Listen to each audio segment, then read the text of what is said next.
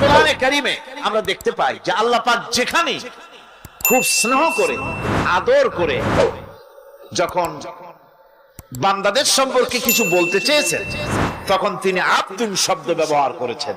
আদর করে, স্নেহ করে, দয়া করে যদি কারো ব্যাপারে কিছু বলতে চেয়েছেন তখন আল্লাহ তাকে কি বলেছেন? আব। আব মানে হলো বান্দা। যেমন বেহেশতীদের সম্পর্কে আল্লাহ পাক বলেছেন عينا يشرب بها عباد الله يفجرونها تفجيرا। জান্নাতের মধ্যে একটি প্রবাহমান ঝর্ণা আছে, আল্লাহর বান্দারা সেখান থেকে পান করতে পারবে।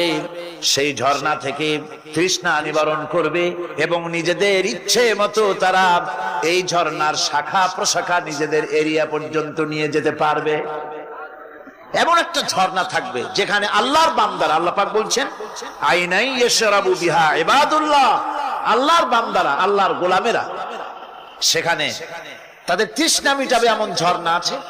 ওই ঝর্ণার কাছে যাওয়ার দরকার নাই, তাদের ইঙ্গিতে ইচ্ছা অনুযায়ী তাদের ঘরের দরজা পর্যন্ত যেখানে খুশি সেখানের শাখা প্রশাখা প্রবাহিত করে নিতে তারা সক্ষম হবে। মুমিন বান্দার গুনাহবলী বলতে গিয়ে, মুমিন বান্দার গুনাহবলী বর্ণনা করতে গিয়ে আল্লাহ রাব্বুল আলামিন বলেছেন ওয়া ইবাদুর রাহমানিল্লাযীনা ইয়ামশুনা আলাল আরদি হাওনা। রহমানের বান্দা হলো তারা যারা জমিনের উপরে চলাফেরা করার সময় বিনয়ের সাথে চলাফেরা করে, তারা হচ্ছে রহমানের বান্দা। কার বান্দা? রহমানের বান্দা। আদর করে আল্লাহ বলছেন বান্দা, গোলাম। শয়তান নিজে অভিশপ্ত হওয়ার পর এর প্রতিশোধ নেওয়ার জন্য আল্লাহ পাকের দরবারে বলেছিল, আয় আল্লাহ, তোমার যেই বান্দাগুলির কারণে, তোমার যেই বান্দার কারণে আমার ইবাদতগুলি নষ্ট হয়ে গেল, আমি অভিশপ্ত হয়ে গেলাম, ওই বান্দাগুলিকে লোভ দেখিয়ে আমি যেমনে পারি সবগুলিকে আমি গোমরাহ করে দেব, পথভ্রষ্ট করে দেব। আল্লাহ পাকের জবাবে বললেন ইন্না ইবাদি লাইসা লাকা আলাইহিম সুলতান ইল্লা মান ইত্তাবাকা মিনাল গাওয়িন। আমার বান্দাদের উপরে তোমার কোনো কর্তৃত্ব নাই। আমার বান্দা, আদর করে আল্লাহ পাক বলছেন আমার বান্দাদের উপরে তোমার কোনো কর্তৃত্ব নাই। তবে হ্যাঁ, যারা তোমার কথা মান্য করবে তারা অবশ্যই গোমরাহ হয়ে যাবে, পথভ্রষ্ট হয়ে যাবে। কিন্তু আমার সত্যিকারের বান্দা যারা, তাদের উপরে তুমি গোমরাহি, তাদেরকে তুমি পথভ্রষ্ট করতে পারবে না, তাদের উপরে তোমার কোনো কর্তৃত্ব নাই। ভাইরা আমার, হযরত ঈসা আলাইহিস সালামের ব্যাপারে, হযরত ঈসা আলাইহিস সালামকে খ্রিস্টানেরা তারা বলেছে ওয়াকালাতিন নাসারাল মাসীহু ইবনুল্লাহ। মসিহ হচ্ছে কার ছেলে? নাউযুবিল্লাহ। বলেন সবাই নাউযুবিল্লাহ। তাকে যখন আল্লাহর ছেলে বলা হলো, আল্লাহর পুত্র বলা হলো, রব্বুল আলামিন তার জবাবে বললেন ইন হুয়া ইল্লা আবদুন আনআমনা আলাইহি। তিনি তো একজন বান্দা, তিনি আমার বান্দা ছাড়া আর কিছুই নন, আমি তার প্রতি অনুগ্রহ করেছি। বান্দা, আমার বান্দা। আল্লাহ পাকের বান্দা হওয়ার ব্যাপারে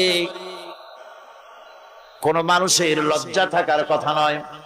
এমনকি আল্লাহ পাক ঈসা আলাইহিস সালাম সম্পর্কে বলছেন লা ইয়াস্তানকিফাল মাসীহু আইয়াকুনা আবদান লিল্লাহি ওয়ালাল মালাইকাতুল মুকাররাবুন। মসিহ আল্লাহর বান্দা, তাতে কখনো বিন্দু মাত্র লজ্জা তিনি পোষণ করেন নাই যে আমি আল্লাহর বান্দা, আল্লাহর গোলাম। এটা কথা হইল? এরকম লজ্জা তিনি পোষণ করেন। এমনকি তার নিকটবর্তী ফেরেশতা যারা, তারাও আল্লাহর বান্দা গোলাম হওয়ার জন্য তাদের ভিতরে কোনো লজ্জা নাই। যারা নাকি আল্লাহর গোলাম, এই ব্যাপারে যাদের মধ্যে লজ্জার সৃষ্টি হয় আল্লাহর গোলাম, এটা কেমন কথা? বান্দা হওয়াটা কেমন কথা? যারা গোলামীকে অস্বীকার করে তাদের সম্পর্কে আল্লাহ পাক বলছেন, ওয়া মাইয়াস্তানকিফ আন ইবাদাতিহি ওয়া ইস্তাকবির ফাসায়াহশুরুহুম ইলাইহি জামিআ। কেউ যদি আল্লাহর বন্দেগী করার ব্যাপারে লজ্জা পোষণ করে, যদি লজ্জার কারণ মনে করে, অহংকার করে, গৌরব করে, তাহলে তারা পালাবে কোথায়, যাবে কোথায়? আমি কিয়ামতের দিন সবগুলিকে এক জায়গায় করে ফেলবো। সুতরাং আল্লাহ পাকের গোলামিতে আল্লাহ যে বান্দা বলে যখন ডাকেন, লজ্জার কোনো কারণ নাই। অহংকার যে করবে সে নিজেকে ধ্বংস করবে। আল্লাহ পাক সব নবীদেরকে নিজের বান্দা বলেছেন। নবীরা কি? আল্লাহ পাকের বান্দা। হযরত ইউসুফ আলাইহিস সালাম সম্পর্কে আল্লাহ পাক বলছেন, কাযালিকা লিনাসরিফা আনহু আস-সুআ ওয়াল ফাহশা ইন্নাহু মিন ইবাদিনাল মুখলাসিন। এরূপই ঘটলো যাতে আমি ইউসুফ আলাইহিস সালামকে, আমার বান্দা, তাকে আমি নির্লজ্জতা ইত্যাদি থেকে আমি রক্ষা করেছি। নিশ্চয়ই হযরত ইউসুফ ছিল আল্লাহ পাকের বান্দা, আল্লাহ পাকের আবদ। রাসূল করিম সাল্লাল্লাহু আলাইহি ওয়াসাল্লাম তিনি হচ্ছেন সর্বশ্রেষ্ঠ আল্লাহর পয়গম্বর। তার থেকে শ্রেষ্ঠ নবী আর কি কেউ আছে? জোরে বলেন, আছে? তার থেকে মাহবুব, তার থেকে শ্রেষ্ঠ আল্লাহর কাছে আর কেউ নেই। সেই নবীকে আল্লাহ রাব্বুল আলামিন কোরআনে কারীমের ভিতরে তাকে আবদ বলেছেন। কি বলেছেন? অনেকগুলি আয়াত আছে যে আয়াতের ভিতরে আল্লাহ পাক তার নাম নেন নাই, নবী বলেন নাই, রাসূল বলেন নাই, শুধু বলেছেন আবদ। যেমন ফাআওহা ইলা আবদিহি মা আওহা, অতঃপর তার বান্দার নিকট যা ওহী করার ছিল তা তিনি করলেন। সেই বান্দাকে মুহাম্মদ সাল্লাল্লাহু আলাইহি ওয়াসাল্লাম। অন্য আয়াতে আল্লাহ পাক বলছেন, ওয়া আন্নাহু লাম্মা কামা আবদুল্লাহি ইয়াদউহু কাদু ইয়াকুনুনা আলাইহি লিবাদা।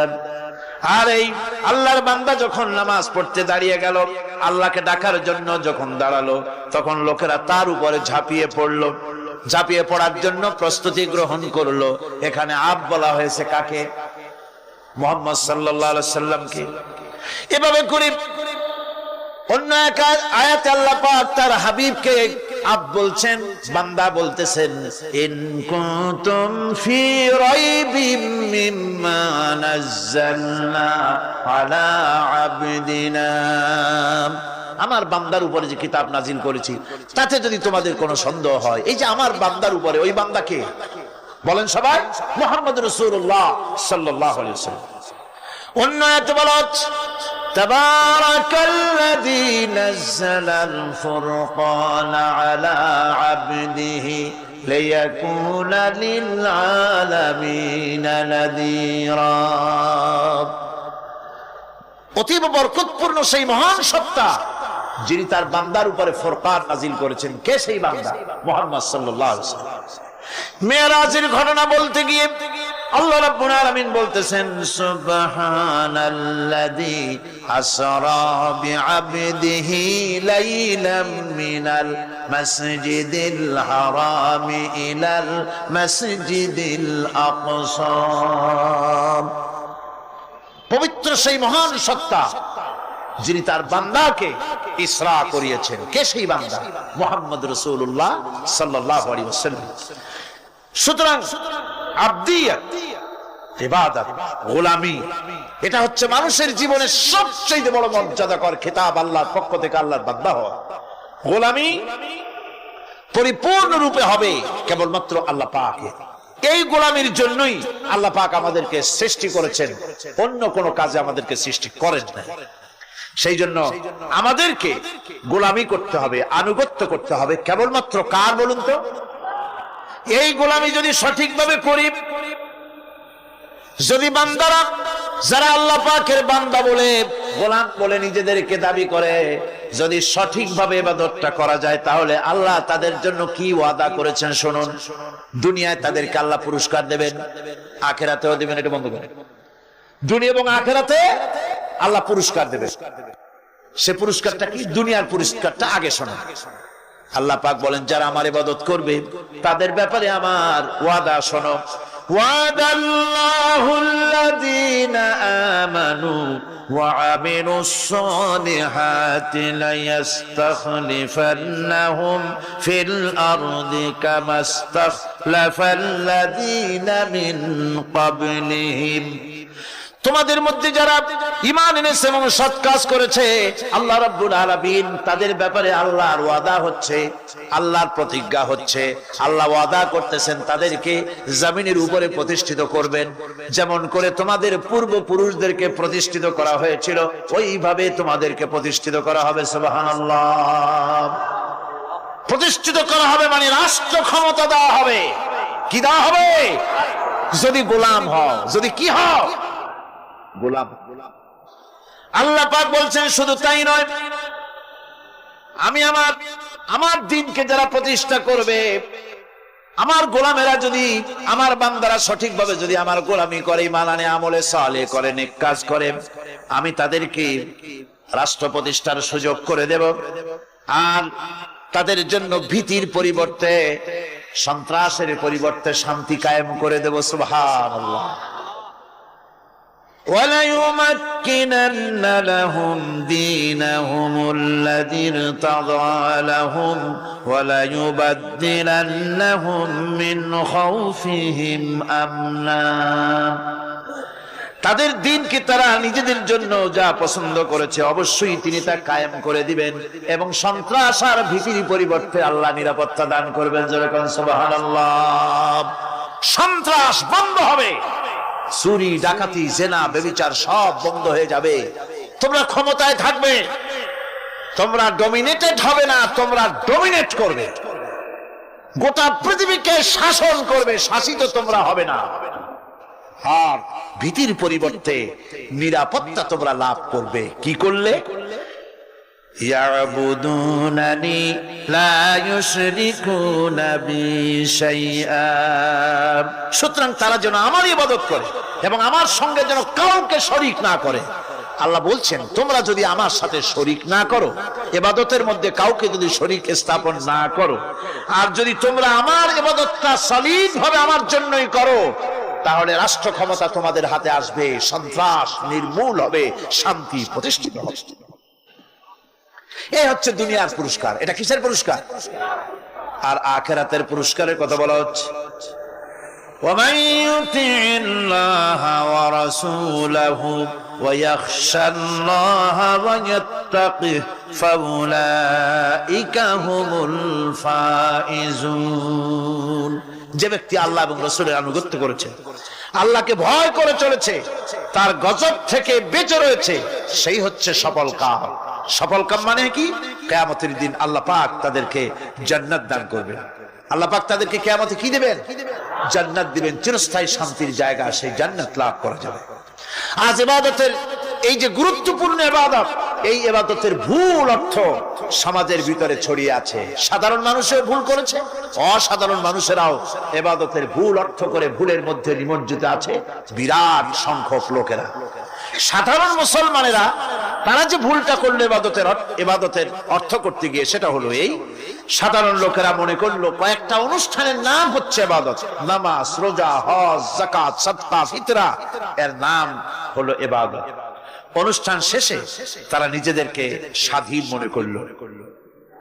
তারা আল্লাহ পাকের প্রত্যেকটি আইনের ধারাকে লঙ্ঘন করলো। বছরে একবার রোজা রেখে, বছরে এক মাস রোজা রেখে মনে করলে ইবাদত শেষ। 5 ওয়াক্ত নামাজ পড়ে মনে করলে ইবাদত শেষ। আমি প্রশ্ন করি, 5 ওয়াক্ত নামাজের নামই যদি হয় ইবাদত, 5 ওয়াক্ত নামাজের নামই ইবাদত, এটাই যদি হয়, তাহলে 5 ওয়াক্ত নামাজ পড়তে সময় লাগে কত? উজু টুজু করে বড় জোর 1-1.5 ঘন্টা সময় লাগে 5 ওয়াক্ত নামাজ পড়তে। তো এর নাম যদি হয় ইবাদত, তার অর্থ কি দাঁড়াবে? অর্থ দাঁড়াবে আপনি 24 ঘন্টার ভিতরে 1 থেকে 1.5 ঘন্টার জন্য আল্লাহর গোলাম, বাকি 22 ঘন্টার জন্য শয়তানের গোলাম হতে কেউ রাজি আছে? রোজার নামই যদি হয় শুধু ইবাদত, তাহলে তার অর্থ দাঁড়াবে বছরের ভিতরে একটা মাসের জন্য আপনি আল্লাহর গোলাম, আর 11 মাসের জন্য শয়তানের গোলাম হতে কেউ রাজি আছে? তাহলে বিষয়টা কি? বিষয়টা হচ্ছে নামাজ, রোজা, হজ, যাকাতি শুধুমাত্র ইবাদত নয়, আনুষ্ঠানিক ইবাদত তো বটেই, কম্পালসারি ইবাদত তো বটেই, কিন্তু শুধুমাত্র নামাজ, রোজা, হজ, যাকাত ইবাদত শুধুমাত্র নয়, এগুলি হচ্ছে ইবাদতের পার্ট, ইবাদতের অংশ। বরং জীবনের সব ক্ষেত্রে আল্লাহর হুকুমকে মানার নামই হচ্ছে, ভাইরা আমার, একদিকে নামাজ রোজা করছি, অন্যদিকে আল্লাহর আইনের প্রতিটি ধারাকে লঙ্ঘন করে চলছে, মিথ্যা ওয়াদা করে, মিথ্যা কথা বলে, সুদ খায়, ঘুষ খায়, জেনা করে, এরপরে অন্যের হক নষ্ট করে, প্রতিবেশীর হক নষ্ট করে, হারাম মাল খায়, হকদারের হক নষ্ট করে, প্রতিবেশীর হক নষ্ট করে, জিন্দা মুদ্দা মানুষকে নিজের জন্য শক্তিধর বলে মনে করে, এক টুকরা রুটির জন্য অথবা এক ফোঁটা, এক ঘটি পানির জন্য কাফেরের কাছে হাত পেতে দাঁড়ায় থাকে। এই যদি অবস্থা হয়, এটাই যদি হয় ঈমান, আর এটার নামে যদি ইবাদত হয়, তাহলে এই পৃথিবীর মুসলমানের আজ লাঞ্ছিত কেন? আল্লাহর ওয়াদা কি মিথ্যা? নাউযুবিল্লাহি মিন যালিক। আমাদের ইবাদত যদি ঠিক হয়, যদি সত্যিকারের ইবাদত যদি আমরা করে থাকি, তাহলে ক্ষমতায় ইমানদারেরা নাই কেন? বিশ্ব জুড়ে মুসলমানেরা লাঞ্ছিত কেন? তাহলে বুঝতে হবে ইবাদতের মধ্যে বিরাট গরমিল করে ফেলেছি, ঠিক কিনা? লক্ষ্য করুন, যেই লোকটা হজ করতেছে, উমরা করতেছে, নামাজ পড়তেছে, মসজিদ মাদ্রাসায় চাঁদা দিতেছে, ওই লোকটি আবার ব্যাংকের থেকে সুদের টাকা নিয়ে ব্যবসা চালাইতেছে। ব্যবসা ঠিক রাখার জন্য, ইনকাম ট্যাক্স ফাঁকি দেওয়ার জন্য ব্যবসায়ীরা 2 ধরনের 3 ধরনের খাতা মেনটেন করছে। কথা ঠিক কিনা? মিথ্যা কথা বলছে, ঘুষ দিতেছে, বেশি করে বিদ্যুতের বিল যাতে না আসে সেজন্য যারা বিদ্যুৎ লাইনে আছে তাদেরকে পয়সা দিয়ে ম্যানেজ করতেছে, ঠিক কিনা? আমি পার্লামেন্টে বলেছি বিদ্যুৎ বাইরের থেকে আনতে হবে না, ঘুরে ঘুরে আবার বিদ্যুতের কথা আসবে। বিদ্যুৎ আনা লাগবে না, কারণ আমার দেশে চাহিদা হচ্ছে 2500 মেগাওয়াট, সেখানে 1800 মেগাওয়াট আমাদের আছে। আরেকদিকে 4টা বিদ্যুৎ প্রকল্প বন্ধ হয়ে আছে। ওই 4টি বন্ধ হওয়া প্রকল্প যদি চালু করা যায়, তাহলে 2900 মেগাওয়াট বিদ্যুৎ উৎপাদিত হতে পারে বলে বিশেষজ্ঞরা বলেছেন। তাহলে আমাদের উদ্বৃত্ত 400 মেগাওয়াট থেকে যাবে। এইটাকে বাইরের থেকে আনার কোনো দরকার নাই। বিদ্যুতের অপচয় বন্ধ করুন, বিদ্যুতের চুরি বন্ধ করেন। মিল কল কারখানা যাদের আছে, লক্ষ লক্ষ টাকা বিদ্যুৎ বিল হয়, কিন্তু লাইনম্যানদের সঙ্গে ম্যানেজ করে গভর্নমেন্টকে ফাঁকি দেওয়া হচ্ছে, ঠিক কিনা গো? তোমার নামাজের দাম কি? তোমার হজের 4 পয়সা দাম নাই। তুমি রাষ্ট্রকে ফাঁকি দিয়েছ, তুমি জনগণকে ফাঁকি দিয়েছ, তুমি দেশের শত্রু। টেলিফোনের বিল হাজার হাজার টাকা, লাখ টাকার বেশি বিল হয়, লাইনম্যানের সঙ্গে ম্যানেজ করে 500, 700, 2000 টাকা দিয়ে সারিয়ে দেয়, ঠিক কিনা? এরা জাতির শত্রু, দেশের শত্রু। এদেরকে ফায়ারিং স্কোয়াডে নিয়ে ব্রাশ ফায়ার করে উড়ায় দেওয়া উচিত। এরা দেশের দুশমন। আজ সিস্টেম লসের নাম দিয়া বিদ্যুৎ চুরির আরেক ব্যবস্থা করা হয়েছে। সিস্টেম লস করে ওনারা নিজেরা, আর এর ভোগান্তি জনগণকে করতে হয়। কসাইয়ের মতো ছুরি দিয়া জবাও করে জনগণের কাছ থেকে সিস্টেম লসের চার্জ আদায় করা হয়। আমি পার্লামেন্টে বলেছি, মাননীয় স্পিকার, সিস্টেম লস এই নামটা উঠায় দেন, এই প্রথা বন্ধ করে দিন।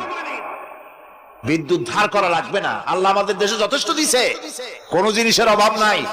এখানে গ্যাস আছে, তেল আছে, বিদ্যুৎ আছে, পাট আছে, চা আছে, নাই কি? অন্তত 8.5 কোটি টাকার কাগজ গুদামের মধ্যে বন্দী হয়ে আছে। ভারতকে ক্ষতি করার জন্য সে দেশ থেকে কাগজ এনে খবরের কাগজ ছাপানো হচ্ছে, আর 8.5 কোটি টাকার কাগজ নষ্ট হয়ে যাচ্ছে আমার দেশের কাগজ।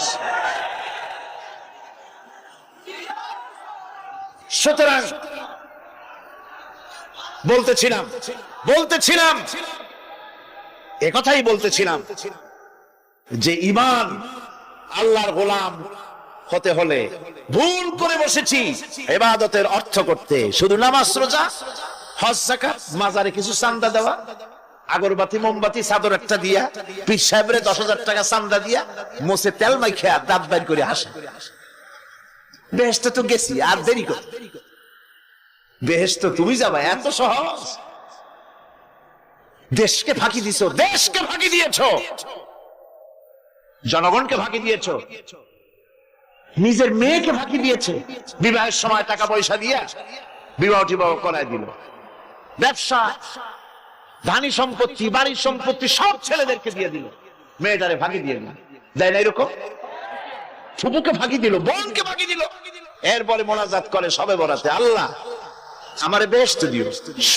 ফেরেশতারা কয় মর তুই আগে, বেহেশত তোরে কেমনে দেয় ভালো করে দেখায় দেব না, বেটা তুই যাবি বেহেশতে, এত সোজা? ওটা মামু বাড়ির বারান্দা নাকি? এত সহজ নয়। সুতরাং সাধারণ মানুষ মারাত্মক ভুল করেছে এখানে। নামাজ রোজা হজ যাকাত ইবাদত, আর কিছু কি ইবাদত মনে করে নাই? আপনার চাকরি আপনার ইবাদত, চাকরিতে ফাঁকি দেওয়া যাবে না। আপনি সুস্থ মানুষ, মেডিকেল লিভ নিয়ে ওয়াজ মাহফিল অথবা কোনো ইজতেমায় যাওয়া যাবে না, কোনো চেল্লা দিতে যাওয়া যাবে না। মেডিকেল লিভ নিয়ে আপনি সুস্থ মানুষ, কেন আপনি মেডিকেল লিভ নিচ্ছেন? আপনি ফাঁকি দিতে পারবেন না। সরকারি চাকরি করেন, মিল কল কারখানায় চাকরি করেন, ফরজ নামাজ পড়েছেন ভালো কথা, সুন্নাত পড়েছেন ভালো কথা, নফল পড়বেন না। জোহরের নফল পড়া বাদ দিন। যদি আপনি চাকরিজীবী হন, চাকরি করেন, ওটাই ইবাদত। এর নাম ইসলাম, এর নাম ইসলাম। গভর্নমেন্ট যে বেতন দেয় সেই বেতনের উপরে সন্তুষ্ট থাকুন, ঘুষ খাইয়েন না। যদি বেশি বেতন লাগে গভর্নমেন্টের কাছে দাবি জানান যে আমাদের বেতন বাড়ায় দাও। ঘুষ খাবেন কেন? হারাম। জোরে কোন এটা কি? এই ঘুষের টাকা মাজারে দিয়া, পীরেরে দিয়া আল্লাহরে খুশি করবেন, এত সহজ না, এত সহজ না। সেই জন্য আমি সব ভাইদের খেদমতে আরজ করব, ইবাদত হচ্ছে জীবনের সব ক্ষেত্রে গোলামি, সকল ক্ষেত্রে গোলামি। চাকরিতে, অফিসে, আদালতে, কলকারখানায়, ক্ষেত খামারে, পার্লামেন্টে, সেক্রেটারিয়েটে, সেনানিবাসে, স্কুলে, কলেজে, বিশ্ববিদ্যালয়, সর্বত্র গোলামি কার? আল্লাহ পাকের। রিজকে হালাল করতে হবে, উপার্জনকে হালাল করতে হবে, সত্যিকারের আল্লাহর গোলাম হতে হবে। এক্ষেত্রে ইবাদতের অসাধারণ ব্যক্তি যারা, তারাও এক শ্রেণীর অসাধারণ ব্যক্তিরাও ভুল করে বসছেন। তারা যে ভুলটা করলেন ওটা হচ্ছে তারা তাসবিহ, জায়নামাজ, খানকাহ, হুজরাখানা এর ভেতরে বসে জিকির আজগার করাটাকেই জীবনের জন্য আল্লাহর ইবাদত মনে করে নিলেন। আল্লাহর বান্দারা যখন অনাচার ব্যভিচারে লিপ্ত, আল্লাহর আইনের পরিবর্তে যখন মানুষের তৈরি করা আইন চলছে, চেচনিয়া বসনিয়া যখন মানুষদেরকে জবাও করা হচ্ছে, বসনিয়ার মুসলমান সন্তানদেরকে যখন জবাও করা হয়, কাশ্মীরের স্বাধীনতাকামী মুসলমানদের অধিকার হরণের জন্য তাদের উপরে যখন বন্য হায়নার মতো, পশুর মতো যখন ভারতীয় শত্রু সৈন্যরা যখন হামলা চালায়, সোমালিয়ার মানুষগুলি যখন না খেয়ে তাদের হাড়, পাঁজরার হাড়গুলি যখন বেরিয়ে যায়, তখনও যদি আপনি খানকার ভেতরে থেকে তসবিহ পড়েন আর তাহাজ্জুদের নামাজ পড়ে কপালে দাগ লাগান, এই অন্যায়ের বিরুদ্ধে যদি সোচ্চার না হন, আপনার এই তসবিহর কোনো দাম নাই। আপনাকে সোচ্চার হতে হবে, আপনাকে অন্যায়ের বিরুদ্ধে খাড়া হতে হবে। একদিকে তাহাজ্জুদের নামাজ তো পড়বেনই, জিকির তো করবেনই, কোন সন্দেহ নাই। আর একদিকে সিংহের মতো অন্যায়ের বিরুদ্ধে গর্জে উঠতে হবে। তাতে যদি প্রয়োজন হয় মুজাদ্দিদ আল ফেসানির মতো কারারুদ্ধ হন না কেন, সেটাই কিসমত, সেটাই তাকদীর। হক কথা বলতে হবে। এই জন্য আমার বারবার মনে পড়ে আজকের এক শ্রেণীর লোক আমাদের দেশে এক শ্রেণীর লোক বাইরের থেকেও আসে, বিদেশ থেকেও আসে, নামের আগে আওলাদে রাসূল লাগান, ফেদায়ে রাসূল, মুজাহিদে মিল্লাত, আওলাদে রাসূল। আজীব, তুমি আওলাদে রাসূল, আওলাদ রাসূল যদি হবে, তাহলে তুমি যে দেশের মানুষ, সেই দেশে মুসলমানদের যখন জবাব করা হয়, পার্লামেন্টে কথা বলে বেরিয়ে আসো না কেন? তোমার জেল হয় না কেন? কংগ্রেসের সেন্ট্রাল বডির সদস্য হয়ে আওলাদ রাসূল লাগাইয়া বাংলাদেশের রাজনীতিতে নাক গলাতে দেওয়া হবে না। এরা কংগ্রেসের পা চাটা গোলাম। এদেরকে চিনতে হবে, যারা আমার দেশে এসে মুসলমানদের মধ্যে বিভেদ সৃষ্টি করতে চায়। আমার মুসলমান ভাইয়েরা, সুতরাং আজকে আমাদেরকে বুঝতে হবে, নামের আগের 14 হাত লম্বা বিশেষণ দেখে ভুললে চলবে না। কথা মনে থাকবে, এরা কংগ্রেসের গোলাম। বাবরি মসজিদ যখন ভেঙে ফেলা হলো, তখন তো কোন আওলাদ রাসূলের নাম তো শুনি নেই। তখন তো নামটা শুনছি ওই বুখারী বেটা, বাপের বেটা ইমাম বুখারী। তিনি বলেছেন, আমি ভারতের দিল্লির জুমা মসজিদের ইমাম শুধু নই, আমি ভারতের 18 কোটি মুসলমানের ইমাম। বাবরি মসজিদকে গড়ে দিতে হবে। কোরআন শরীফের বিরুদ্ধে যখন কলকাতা হাইকোর্টে কেস করা হয়েছিল কোরআনকে ব্যান করার জন্য, সেদিন তো কোন আওলাদ রাসূলের নাম শুনি নাই। সেদিন তো ওই বুখারী বেটাই বলেছেন, ভারতের হাইকোর্ট থেকে কোন জাজ, কোন বিচারক যদি কোরআন শরীফ ব্যান করা হলে বলে এই কথাটি উচ্চারণ করে, তাহলে আমি তাকে পায়ের তলে পাড়িয়ে ধরে বাম হাত দিয়ে তার জিহ্বাটা টেনে ছেড়ে ফেলে দেব।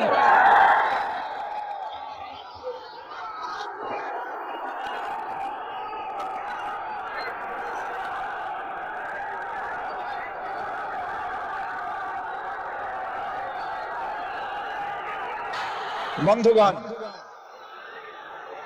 সুতরাং আমাদেরকে বুঝতে হবে, বসুন, বেয়াদবি করবেন না, বসেন। আমাদেরকে বুঝতে হবে, খানকায় শুধু জিকির আজগার করলেই চলবে না। হযরতে শাহজালাল রাহমাতুল্লাহ আলাইহি এক হাতে ছিল তরবারি, আর এক হাতে ছিল কোরআন। লড়াই করেছেন হযরতে শাহ মখদুম, হযরতে খান জাহান আলী, হযরতে খাজা মুঈনুদ্দিন চিশতি আজমেরি রাহমাতুল্লাহ আলাইহি, হযরতে মুজাদ্দিদ আল বিসানি রাহমাতুল্লাহ আলাইহি।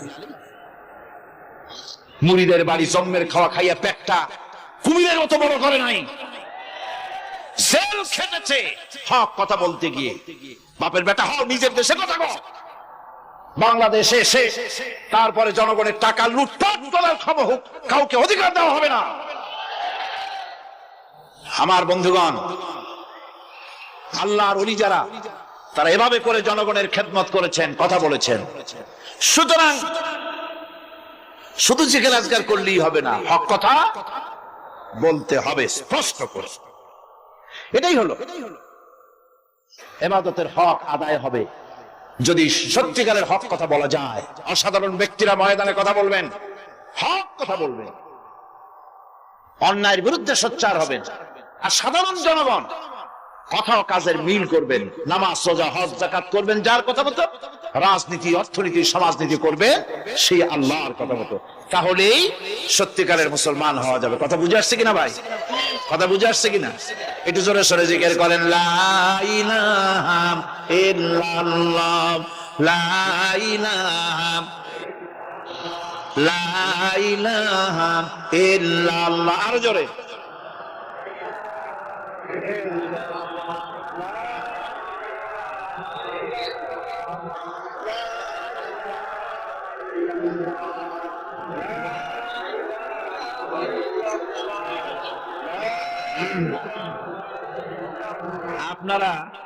আপনারা যদি মাথা উঠাইয়া দেখতে থাকেন তো কি দেখবেন? মানুষের মাথা টুপি ছাড়া তো কিছুই দেখা যাবে।